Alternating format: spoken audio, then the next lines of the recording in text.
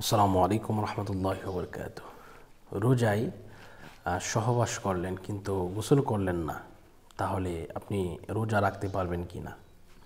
এটি একটি গুরুত্বপূর্ণ একটি মাসআলা। অনেকেই এটা জানতে চেয়েছেন, এজন্য বলতে আমি বাধ্য হচ্ছি, যদিও লজ্জা নয়, আমাদেরকে জানতে হবে।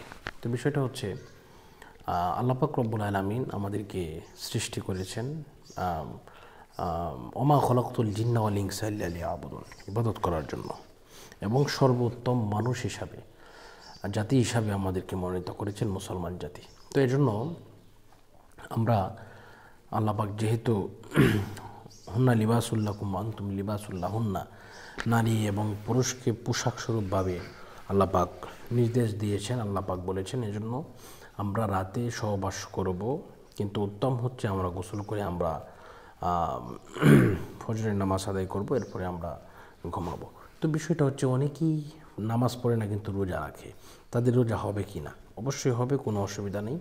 তবে বিষয়টা হচ্ছে, রোজা হচ্ছে অন্য জিনিস, নামাজ আরেক জিনিস।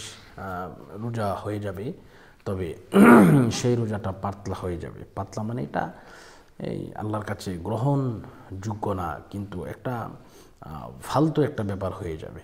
তো এখন বিষয়টা হচ্ছে, আপনি যদি নামাজ পড়তে চান, গোসল অবশ্যই লাগবে।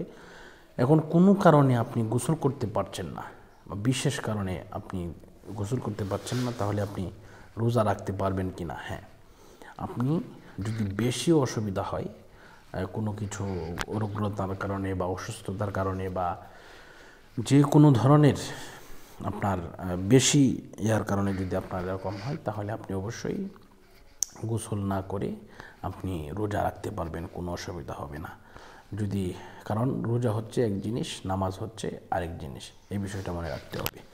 এখন আরেকটা কথা বলতে পারেন যে, হুজুর, এখন অনেকেই আপনার এই প্রথম দিক দিয়ে তারাবি আসার পরে তারা সহবাস করে, তারা কি করবে? তারা কি গোসল না করে ঘুমাতে পারবে কি না? হ্যাঁ, অবশ্যই ঘুমাতে পারবে, কোনো অসুবিধা নেই।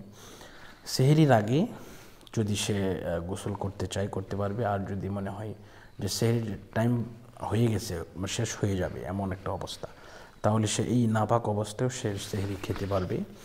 খাবার দাবার বা এগুলাতে কোনো কিছু বাস নেই, বা কোনো কিছুর অন্য কোনো নিয়ম নেই। এজন্য যদি কেউ সহবাস করে যদি কেউ খেতে চায়, তাহলে কোনো অসুবিধা নেই। এখানে ইসলামের কোনো বাধা নেই, ইসলামের কোনো অন্য কোনো নিয়ম নেই। তো এই বিষয়টা আমাদেরকে বুঝতে হবে, মানতে হবে। আল্লাহ পাক আমাদের সকলকে কবুল করুন, মঞ্জুর করুন। সকলের সুস্বাস্থ্য এবং দীর্ঘায়ু কামনা করে আজকের মতো এই মুহূর্তে বিদায় নিচ্ছি। আসসালামু আলাইকুম ওয়া রাহমাতুল্লাহি ওয়া বারাকাতুহু।